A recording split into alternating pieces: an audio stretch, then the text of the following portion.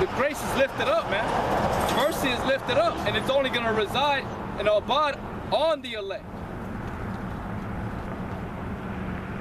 It's like you're in a video game, and you're the player, and you see a special character that holds, like it lights up. And you're like, oh, that's who I need to go talk to.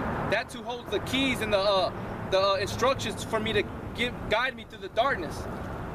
We're gonna be those ones. We're gonna be the antidotes. We're gonna be the medicine. We're gonna be the healing. We're gonna be the hunters. We're gonna be the gentle, the nurses. We're gonna be all that, man. We're gonna be the lightning. We're gonna be lights going back to and fro like lightning upon the stubble.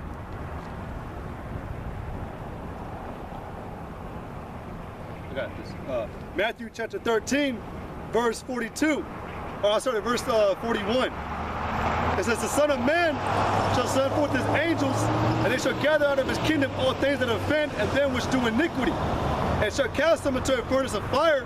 There shall be wailing and gnashing of teeth. Then shall the righteous shine forth as the sun in the kingdom of their Father. Who hath ears to hear? But I mean, that's just self-explanatory, man. That when it says the righteous are going to shine, what are they going to be doing? They're going to be doing crazy things, man. Like, but they're going to shine also because they were delivered, they made it. But you know, it says there's another one in the Apocrypha where it says that my elect shall run to and fro like sparks.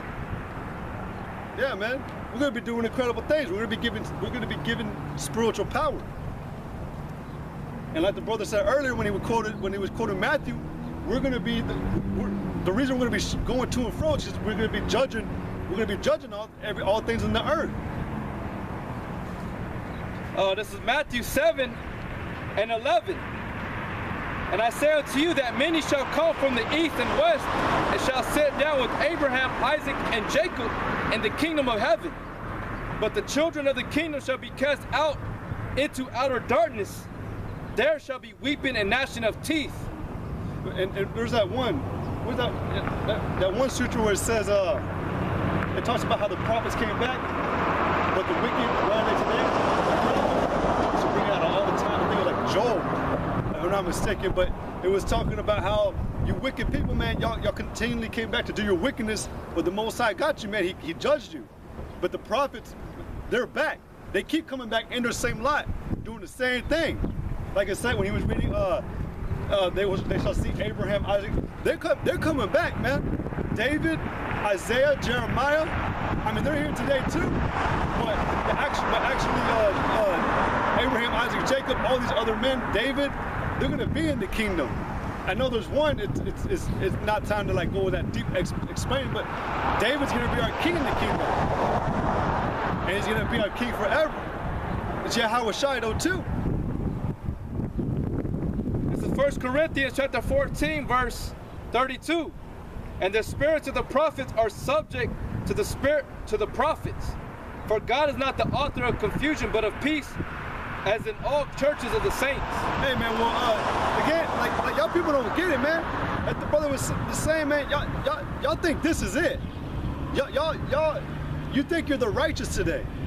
And y'all think y'all made it, man. You don't get it. The real righteousness and the real righteous people, man, they're gonna inherit what's coming.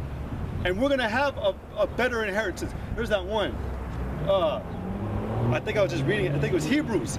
It said we ought to have patience to the coming of the new kingdom. Wherefore let us be great. Let us therefore fear the Most High and be in grace, but let us obtain grace that we may live in the kingdom. Basically, we're gonna inherit these things, man. We know we gotta wait at this time, and that this is set up to just be a battle, man, in our test. And we're waiting for what's in the kingdom.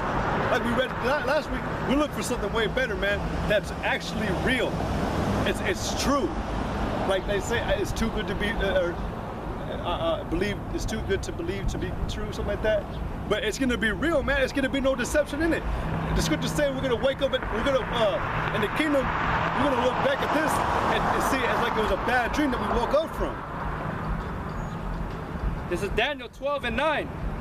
And he said, go thy way, Daniel, for the words are closed up and sealed to the end, till the time of the end. Many shall be purified and made white and tried, but the wicked shall do wickedly, and none of the wicked shall understand, but the wise shall understand. The wise shall. So that's why we understand. Hey man, what was I saying? But yeah, anyways, the righteous, we understand. All right, we understand this is not our time. We understand we gotta wait. We understand we're in a crooked and perverse generation. We understand that we're in hell. That we understand that this is hell on earth, man. That this is we're in our chains of darkness, these bodies. Y'all people don't understand that. Y'all understand that you're right here to live a peaceful and good life. No. It's like it's like yesterday, man. I texted I was texting brothers, man, after my phone was turned on. But I texted one brother from the man at Jacob camp. When I said it to him, he asked me how I was doing, and I just said to him, I was like, we're still here in America, and he was saying, yo, he goes, but it's just like the brother was saying, we understand where we're at, man. We're still here in America, man. And like the brother said earlier, man, if you're still in America, that means you still gotta endure. Once we're out of this place, man, once this place starts going to hell, that's when it's time to where we can start looking toward. Yeah, rest. Right at one, it said that peace in the king. It said, and what's to come, peace is allowed, man. That's allowed. You're not allowed peace in this time, man. Whether you want to believe it or not, whether you want to delusion yourself with that state of feeling that you can be, that you're at peace, you're just got comfortable with oppression.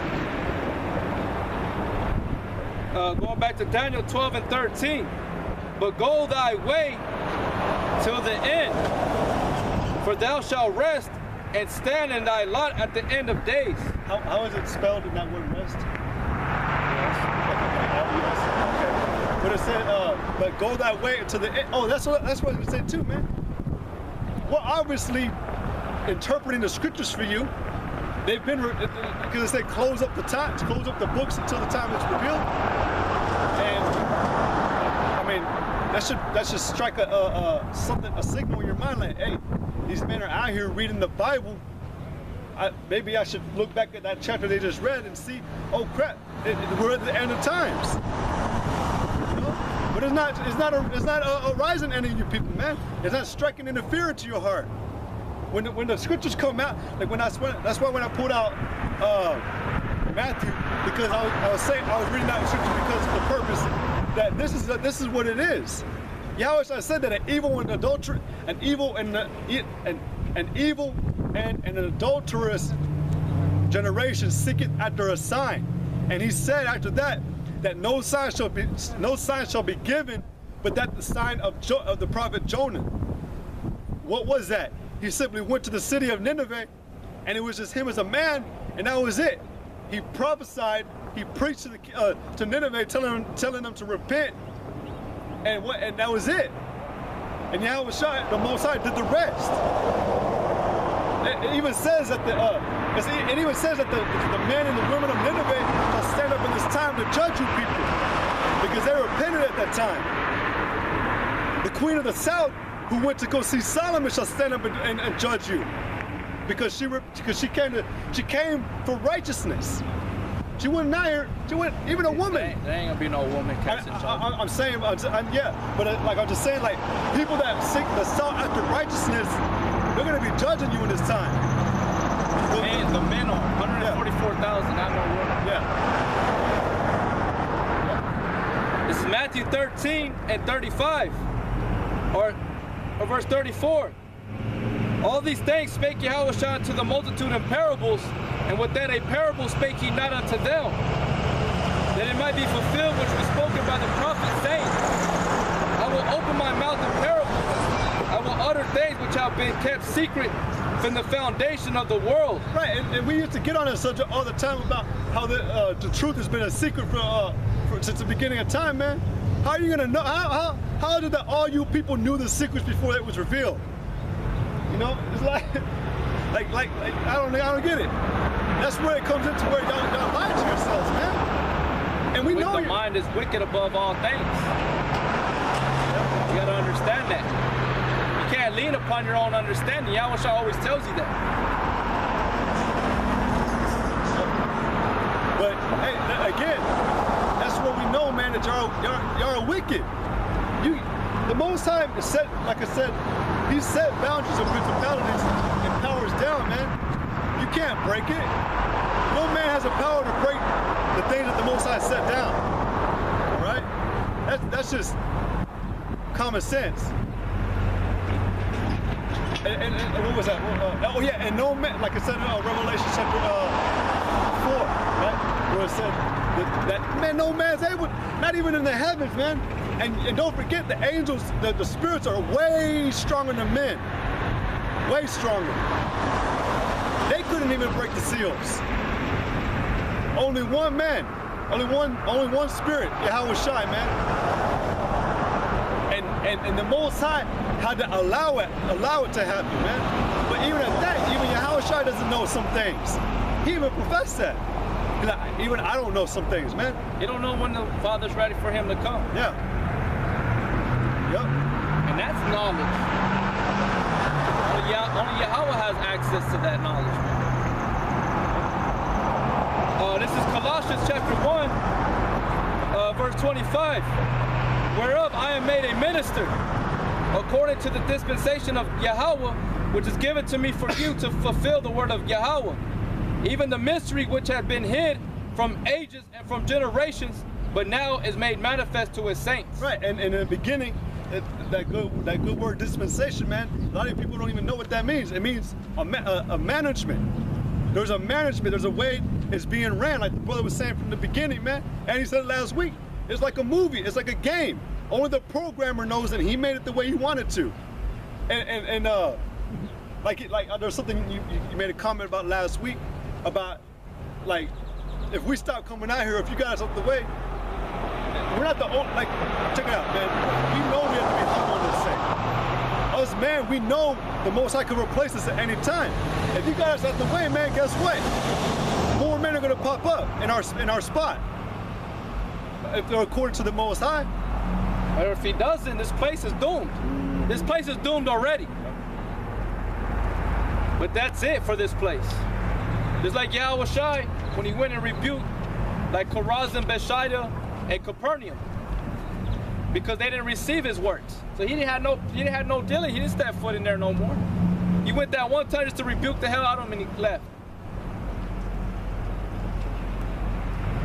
This is 2nd Ezra, chapter 7, verse 42. Actually, I started verse 1, or verse 41, I'm sorry. It says, even so now, seeing corruption is grown up, and wickedness increased, and the righteous have prayed for the ungodly, wherefore shall it not be so now also? He answered me and said, this present life is not the end where much glory doth abide. Therefore have they prayed for the weak, but the day of doom. There ain't no glory that abides here, man. The glory that America is gonna receive is it's gonna be engulfed in flames, and everybody's gonna be, the elect are gonna be glorifying that. That's the only glorification America's gonna receive. When it's lit on fire, the lake of fire. I'll read it again. This present life is not the end where much glory doth abide. Therefore have they prayed for the weak. But the day of doom shall be the end of this time, and the beginning of the immortality for to come, wherein corruption is past, and temperance is at an end, infidelity is cut off, righteousness is grown, and truth is sprung up. Yeah, that's in the kingdom. In the kingdom where Yahweh is going to reign supreme as God, Yahweh, all power. He is. Right? But this place right now, it's gonna meet its doom. It's gonna meet its imminent destruction that has been lingering and tearing for so long. Acts 17 and 31. It says, because he hath appointed a day in the which he would judge the world of righteousness by that man whom he hath ordained, whereof he hath given assurance unto all men. He made it sure. That's Yahweh Shai, because how did he reassure to the people that he was the Messiah? By signs, wonders, and miracles. That's how they knew. Those that heard, he that had ear, he let him hear. He that had eye, let him see. Or who has wisdom, understand. That's how he reassured the people that was the one that was going to judge the world and deliver Israel out of the hands of their oppressors. Only the elect knew that, though. The rest of the people didn't. There was just another time in their life, like they said, like the Pharisees and scribes when they were trying to condemn the apostles, and Gamaliel stood up. Gamaliel brought up about two certain men that were leading people in another, like, you know, with the doctrine. That Gamaliel said, if this be of men, it will come to naught. But if it be of God, you'll be likely found fighting against the Most High himself. Okay? So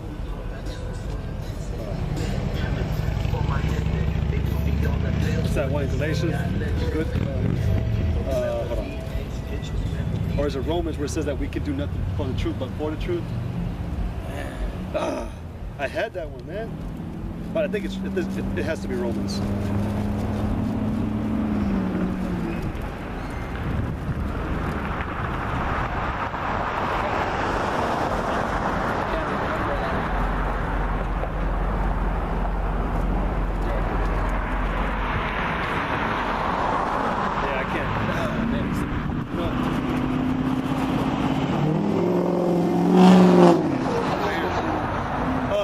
Corinthians chapter 13, verse 7. Now I pray to the Most High that you do no evil, not that you should appear approved, but that you should do that which is honest, though we be as reprobates. For we can do nothing against the truth, but for the truth. For we are glad when we are weak and you are strong, and this also we wish even your perfection. But there you go, right there. You can do nothing but you can't not every action and move and thing that is done in this earth is just only forwarding to the coming of the Most High. You don't understand that, man. You want to deny the fact that you're being controlled by the Most High, or that you have free will, or that you can do whatever the hell you want. That's just only furthering the coming of Him, man. You're doing exactly what the Most High built you to do or created you to do, and that's like a mind-blowing thing for me, man. Like, I'm just like thinking about that, because you people are just so ignorant in that part, man. That's a great shame that you can't understand that every single you step. It's like in check, like that when you finally get to the king and put him in checkmate. He can only make certain moves, but they say nope, check, still check, nope, still check. You're stuck, man. Everything's a checkmate. Crazy, man. This is Romans chapter 9, verse 19. Thou wilt say then unto me, why doth he yet find fault? For who hath resisted his will? Nay, but, O man, who art thou that repliest against God? Shall the thing formed say to him that formed it, why hast thou made me thus? Had not the potter power over the clay of the same lump to make one vessel unto honor and another unto dishonor? What if God, willing to show his wrath and to make his power known, endured with much long suffering the vessels of wrath fitted to destruction, that he might make known the riches of his glory on the vessels of mercy, which he had afore prepared unto glory? But hey, it says that you're fit. The Most High, the Most High can hate you, like that, like I said right there, unto wrath. He said you're fitted for wrath. The Most High can hate you, man, and you'll never know it until the end. You'll never know it. That's why all you so-called Christians and Catholics, paganism, whatever, you all believe the Most High loves you, and you're dead wrong, man. You're like dead wrong.